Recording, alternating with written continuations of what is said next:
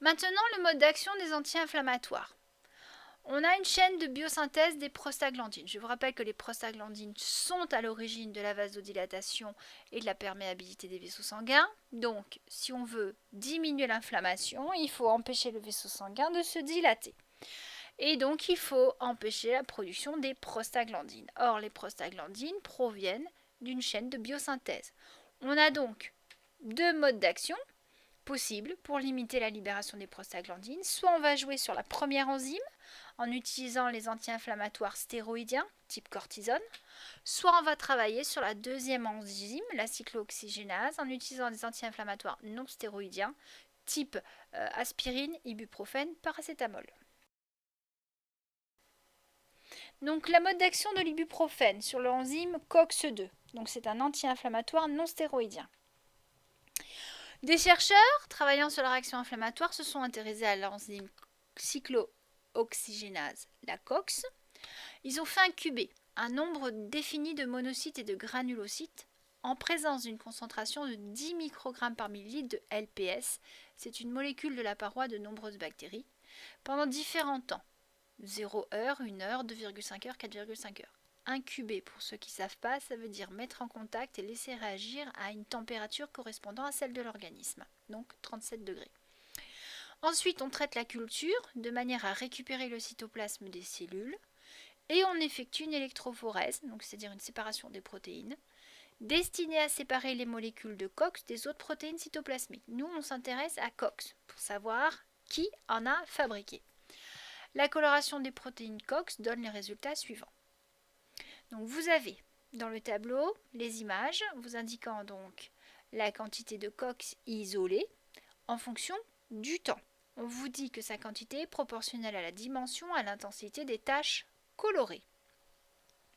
Alors, qu'est-ce qu'on constate ? On constate que pour 0 heure d'incubation, c'est-à-dire qu'on ne laisse pas en contact une molécule de bactérie avec des monocytes et des granulocytes, on n'observe quasiment pas de taches de révélation de COX-2. Donc, s'il n'y a pas de bactéries, monocytes et granulocytes n'en fabriquent quasiment pas. On constate que plus le temps d'incubation est long, c'est-à-dire plus on laisse en contact une molécule de bactérie, la LPS, avec des monocytes et des granulocytes, plus on observe de taches de révélation de la présence de COX-2 importante et foncée. On en déduit que les granulocytes et les monocytes sont responsables de la production de l'enzyme COX-2 à l'origine de la production de prostaglandines et donc de la réaction inflammatoire. D'accord, mais comment empêcher la production de COX-2 pour limiter la réaction inflammatoire et soulager le patient ? On vous donne des informations sur les enzymes. Pour ceux qui ne sont pas en spé, c'est un peu flou pour vous. Les enzymes, ce sont des protéines constituées de centaines d'acides aminés. Et pour agir, l'enzyme, elle doit entrer en contact avec une molécule dite substrat qui lui est spécifique, donc propre à elle, pour former un complexe qu'on appelle le complexe enzyme-substrat. Cette liaison avec la molécule de substrat est suivie de la libération des produits de la réaction. Ce contact s'établit au niveau d'une zone particulière de l'enzyme, zone en creux, ici en rouge en carré, et complémentaire de forme d'une partie de la molécule de substrat en jaune, que l'on nomme le site actif. Donc si vous voulez, les enzymes, c'est un peu comme une paire de ciseaux. Vous écartez les deux lames de ciseaux. Le trou fait par les deux lames, c'est le site actif. Les ciseaux, c'est l'enzyme. Vous allez rentrer la feuille de papier dans le site actif. Vous refermez l'enzyme et vous obtenez deux produits. Un petit bout et un grand bout de papier. Ça marche pour tout le monde ? C'est ça une enzyme. Donc on apprend dans le texte que les enzymes sont des protéines responsables de réactions libérant des produits à partir d'un substrat fixé sur un site de fixation particulier. Ainsi, COX-2 fixerait l'acide arachidonique sur son site de fixation pour le transformer en prostaglandine. Donc, il faut reprendre la chaîne de fabrication présentée avant. Il suffirait donc d'empêcher COX-2 de fixer son substrat pour empêcher la fabrication de prostaglandine et ainsi empêcher la réaction inflammatoire. Si on empêche le substrat en jaune de rentrer dans le site de fixation en rouge, la réaction ne peut pas se faire. Et donc, si on ne laisse pas COX-2 fonctionner en la bloquant, on ne fabriquera pas de prostaglandine. Et s'il n'y a pas de prostaglandine, il n'y a pas de dilatation du vaisseau sanguin, il n'y a pas d'inflammation.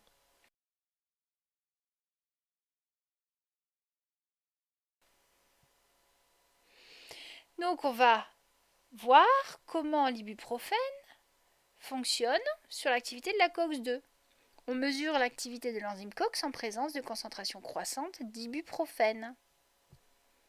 Et vous constatez tout de suite que plus la quantité d'ibuprofène est présente dans le milieu, plus l'activité de l'enzyme COX-2 diminue. Vous avez 100% d'activité pour 10 puissance moins 7 micromoles et 0% pour 10 puissance moins 4 micromoles.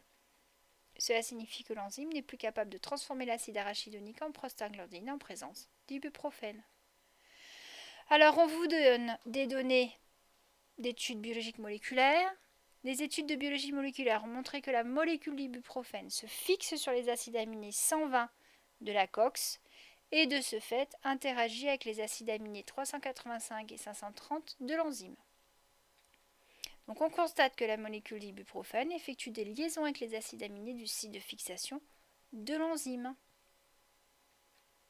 On peut donc en déduire que la fixation de l'ibuprofène dans le site de fixation de l'enzyme empêche l'action de cette dernière sur l'acide arachidonique et donc la transformation de celui-ci en prostaglandine. Pour ceux qui n'ont pas pigé, l'ibuprofène il prend la place de l'acide arachidonique, empêchant la transformation de celui-ci en prostaglandine. Et ben voilà, si au lieu de mettre une feuille de papier dans les ciseaux, vous mettez un caillou, vous coincez le système et ça marche plus. Vous n'arriverez plus à couper votre feuille de papier. Et ben c'est ça.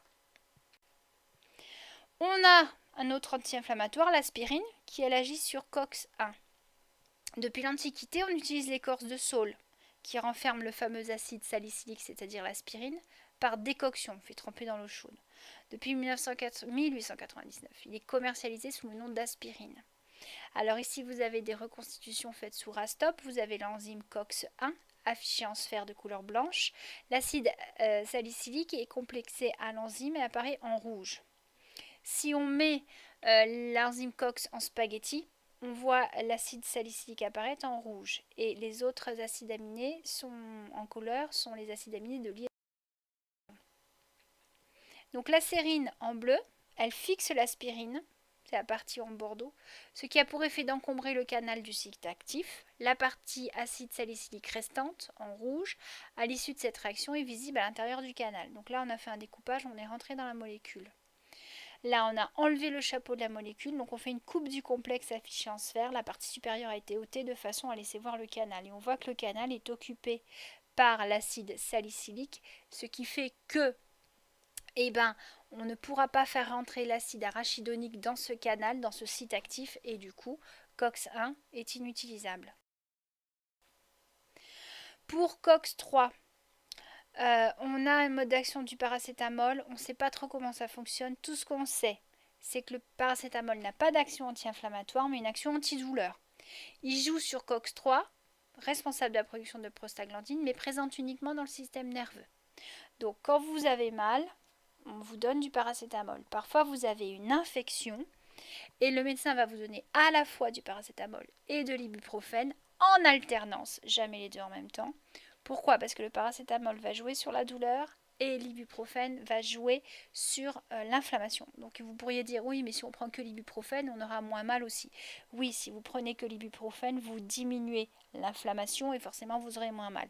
Mais dans le cadre d'une grosse infection, et on le voit souvent chez les petits, pour les otites par exemple, ça fait super mal, on alterne les deux avec un temps imposé entre les deux prises de paracétamol et d'ibuprofène. Donc bien respecter les dosages que les médecins vous donnent et le temps d'attente entre chaque prise.